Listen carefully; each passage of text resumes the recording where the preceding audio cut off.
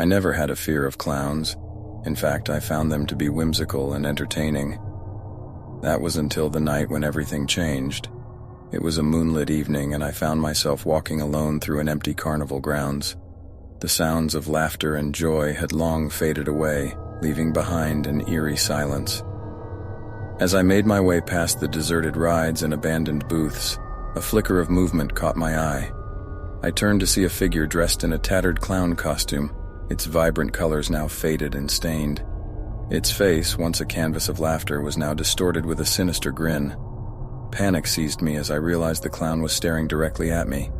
I quickened my pace, but no matter how fast I walked, the clown seemed to match my speed. Its eerie presence sent shivers down my spine, and I could feel its hollow eyes boring into the back of my head. I tried to shake off the fear that had gripped me, convincing myself that it was just a coincidence. But with each passing moment, the clown's relentless pursuit became more apparent.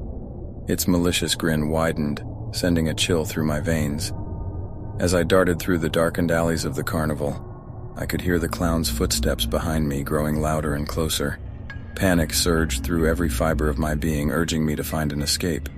But no matter how hard I tried to elude it, the clown was always right behind me. The once familiar carnival had transformed into a twisted nightmare.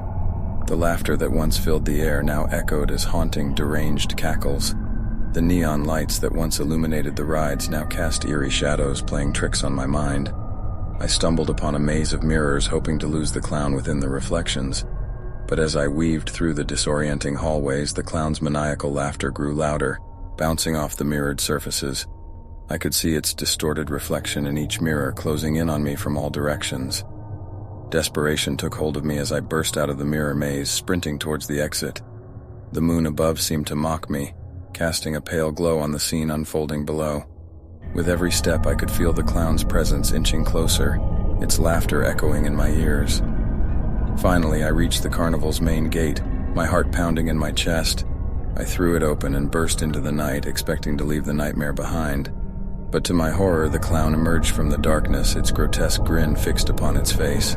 Adrenaline surged through me as I ran through the empty streets, praying for someone, anyone, to help me. But the clown's laughter reverberated through the night, drowning out my cries for help.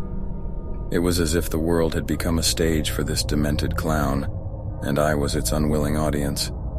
Exhausted and terrified, I stumbled upon a dilapidated warehouse. With no other options, I rushed inside, desperately seeking refuge. The cold air inside the abandoned structure sent chills down my spine, but at least I was away from the clown, if only for a moment. As I caught my breath, a chilling silence settled over the warehouse. I could feel the weight of its presence, lurking in the shadows. Then, a flicker of movement caught my eye. I turned slowly, dreading what I might see. There, in the corner, stood the clown, its grin wider and more malevolent than ever before. The nightmare had followed me into the warehouse, and there was no escape. Its laughter filled the space, mingling with my terrified screams as the darkness